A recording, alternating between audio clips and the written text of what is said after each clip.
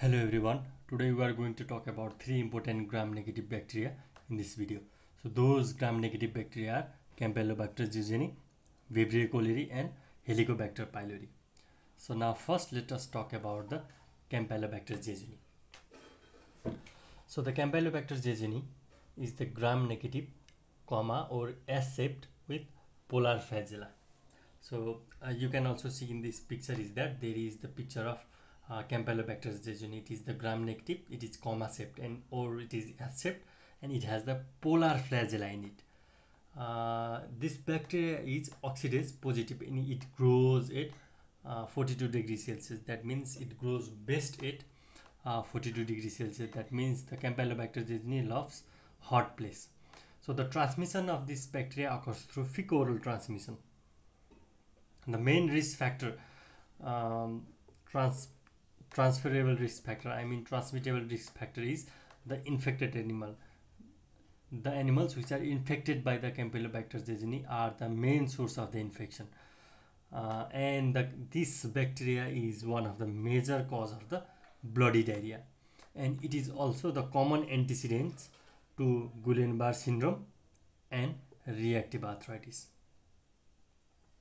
Now let us discuss about Vibrio cholerae.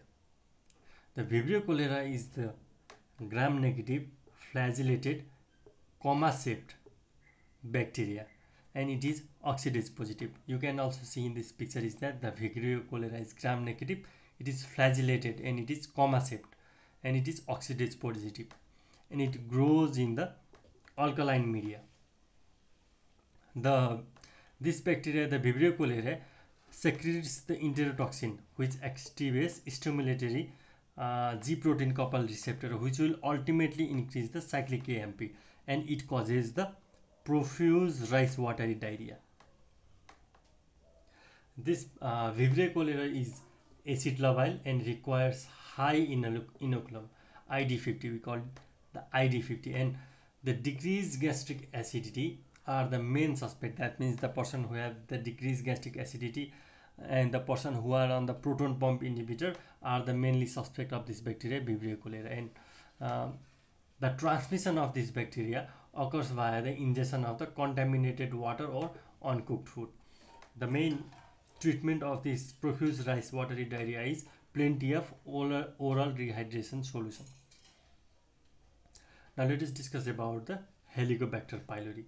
The Helicobacter pylori is curved, flagellated. That means the Helicobacter pylori are motile and they are the gram-negative rod. You can also see in this picture is that it is curved, it is flagellated and it is gram-negative rod. The Helicobacter pylori are catalase, oxidase and urease positive. It is triple positive. Catalase positive, oxidase positive and urease positive. So due to this property, we use the urea breath test or the fecal antigen test for the diagnosis. The urease that is present in the Helicobacter pylori produces the ammonia and it creates the alkaline medium which helps survive this Helicobacter pylori in acidic media. This bacteria mainly colonize the antrum of the stomach and it causes gastritic and peptic ulcer, mainly the duodenal ulcers. The main risks for this Helicobacter pylori is gastric adenocarcinoma and mild lymphoma. The mild lymphoma is mucosal associated lymphoid tissues lymphoma. The treatment for this Helicobacter pylori is triple therapy. We mainly give clarithromycin, amoxicillin and one of the proton pump inhibitor. So this is given for the 2 weeks, this triple therapy, and dose are adjusted according to the weight. We also give the quadruple therapy. We add the bismuth based quadruple therapy if there is concern about the macrolide resistance. So if there is resistant against the clarithromycin, then we give the quadruple therapy. So this much for today about the Campylobacter jejuni, Vibrio cholerae and Helicobacter pylori. Again, I am going to briefly summarize this bacteria.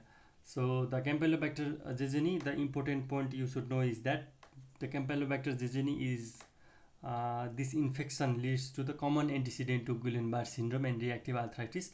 The Vibrio cholerae causes the profuse rice watery diarrhea and it is mainly suspect to decrease gastric acidity patient, mainly those who are on the prolonged proton pump inhibitor. And the Helicobacter pylori, they are the triple positive, catalase, oxidase and urease positive, and urea breath test and fecal antigen test are used for the diagnosis.